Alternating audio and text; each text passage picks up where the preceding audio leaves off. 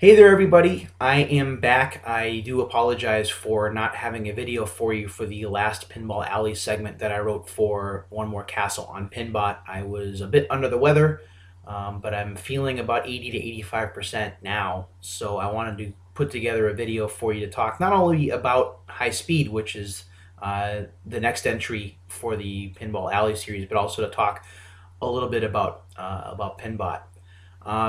The two games do have a lot of similarities. They're both Williams tables.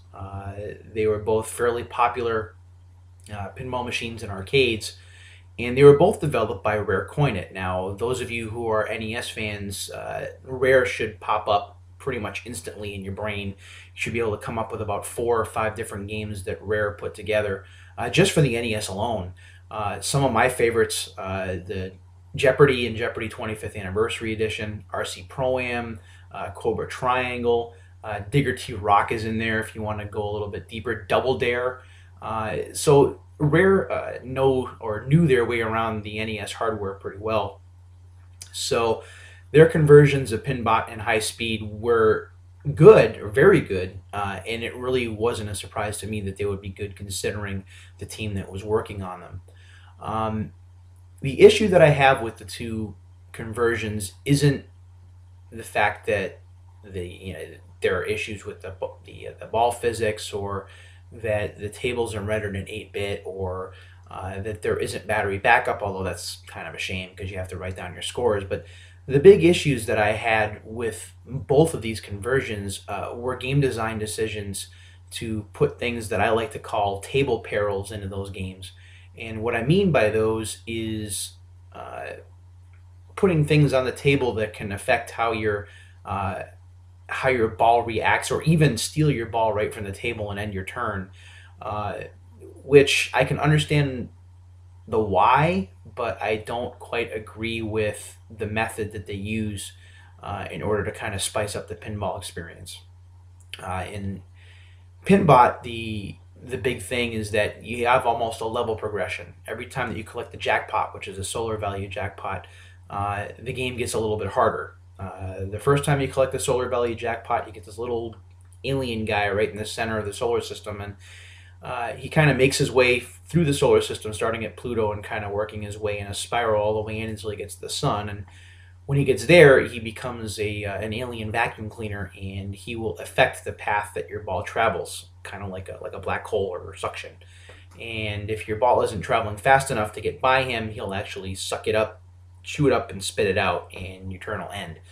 Um, Pinball machines are already difficult enough, especially pinball machines that were in arcades and not designed from the ground up for home experiences like we see with Zen Pinball, where those games are specifically tailored to test a player's skill, and luck is kind of on the side. There is luck involved, but it's more player skill.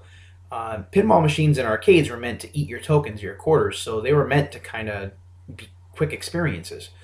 So knowing that pinball machines like High Speed and Pinbot are already difficult, adding table perils is kind of a pain in the ass, to be quite honest and frank with you.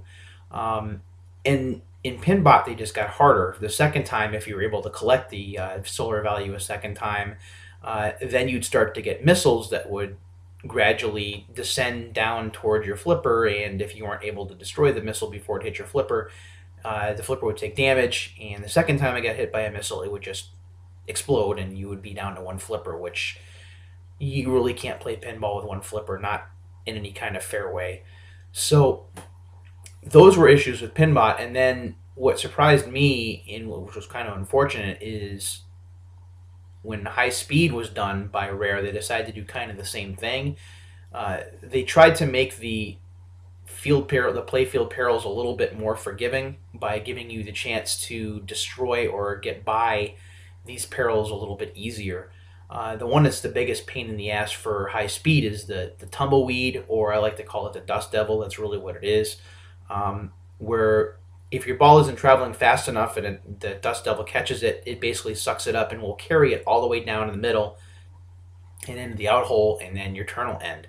Now, you can try and escape from the dust devil by hitting the B button, which is basically the tilt or the nudge button. And you can get away once or maybe twice, but the more that you nudge and the more tilt warnings you get, eventually the game will tilt, your turn will end, and you'll be frustrated. And that's really unfortunate. The other perils in high speed are a bit more forgiving. For example, there's a water puddle that just slows down the path or the speed of the ball, which may make things easier. Although depending on where the puddle is, it can send it straight down, and you may not be ready for it, or it may wind up in a spot on a flipper that isn't necessarily where you want it to be to make a specific shot. But that's relatively minor compared to the Dust Devil or compared to helicopters that will drop bombs or that will send spots of acid down toward your flipper and really make things complicated. Again, I can see why Rare did this. If you don't have anything extra in these games and it's basically just you against the machine, if you have a particularly long run, long runs on pinball machines can be very, very long if they're fairly easy to play. And especially in the case of high speed, which is a very easy table to learn the strategy to and take advantage of, I can see why Rare would want to put perils in there. What they did right in high speed, however, was they put bonus games in there, which is something that we've seen in later pinball games, again, referring to the Zen pinball games. Bonus stages, I think, are a great idea. I know that there are some out there that think that they kind of interrupt the flow of play. I tend to think that they're nice changes of pace. I particularly like the race car bonus stage where you get into the helicopter, you collect 3 helicopter icons, and then you go to 3 different racetracks.